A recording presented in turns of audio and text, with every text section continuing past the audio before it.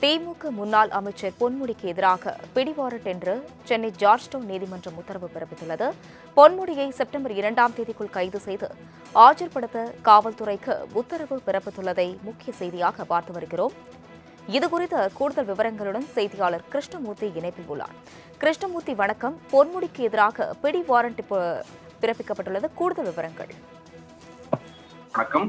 சென்னையில் கடந்த 2025ஆம் ஆண்டு ஏப்ரல் மாதம் நடந்த நிகழ்ச்சி ஒன்றில் பேசிய முன்னாள் அமைச்சர் பொன்முடி சைவ வைணவ சமயங்கள் குறித்தும் பெண்கள் குறித்தும் சர்ச்சைக்குரிய வகையில் பேசியிருந்தார்.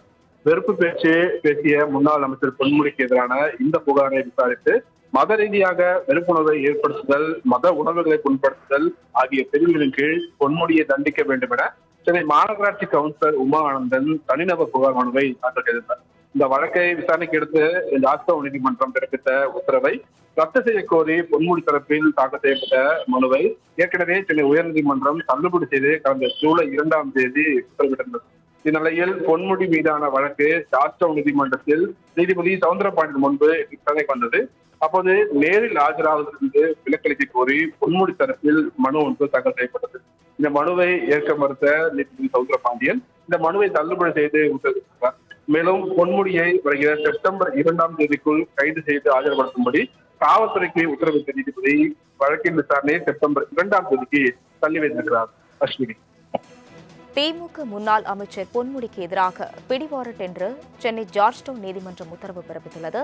பொன்முடியை செப்டம்பர் 2ஆம் தேதிக்குள் கைது செய்து ஆஜர்படுத்த காவல்துறைக்கு உத்தரவு பிறப்பித்துள்ளதை முக்கிய செய்தியாக பார்த்து வருகிறோம்.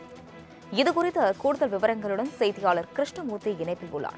கிருஷ்ணமூர்த்தி, வணக்கம். பொன்முடிக்கு எதிராக பிடி வாரண்ட் பிறப்பிக்கப்பட்டுள்ளது, கூடுதல் விவரங்கள். வணக்கம். சென்னையில் கடந்த 2025ஆம் ஆண்டு ஏப்ரல் மாதம் நடந்த நிகழ்ச்சி ஒன்றில் பேசிய முன்னாள் அமைச்சர் பொன்முடி சைவ வைணவ சமயங்கள் குறித்தும் பெண்கள் குறித்தும் சர்ச்சைக்குரிய வகையில் பேசியிருந்தார்.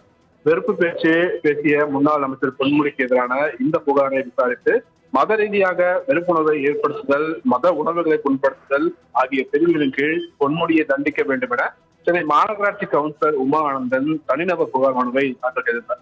இந்த வழக்கை விசாரணைக்கு எடுத்து ஜார்ஜ் டவுன் நீதிமன்றம் பிறப்பித்த உத்தரவை ரத்து செய்ய கோரி பொன்முடி தரப்பில் தாக்கல் செய்யப்பட்ட மனுவை ஏற்கனவே சென்னை உயர்நீதிமன்றம் தள்ளுபடி செய்து கடந்த ஜூலை 2ஆம் தேதி உத்தரவிட்டிருந்தது. இந்நிலையில் பொன்முடி மீதான வழக்கு ஜார்ஜ் டவுன் நீதிமன்றத்தில் நீதிபதி சவுந்தரபாண்டியன் முன்பு விசாரணைக்கு வந்தது. அப்போது நேரில் ஆஜராவதற்கு விலக்களிக்க கோரி பொன்முடி தரப்பில் மனு ஒன்று தாக்கல் செய்யப்பட்டது. இந்த மனுவை ஏற்க மறுத்த நீதிபதி சவுந்தரபாண்டியன் இந்த மனுவை தள்ளுபடி செய்து உத்தரவிட்டார். மேலும் பொன்முடியை வருகிற செப்டம்பர் 2ஆம் தேதிக்குள் கைது செய்து ஆஜர்படுத்தும்படி காவல்துறைக்கு உத்தரவிட்ட நீதிபதி வழக்கின் விசாரணையை செப்டம்பர் 2ஆம் தேதிக்கு தள்ளி வைத்திருக்கிறார். அஸ்வினி, விவரங்களுக்கு நன்றி கிருஷ்ணமூர்த்தி.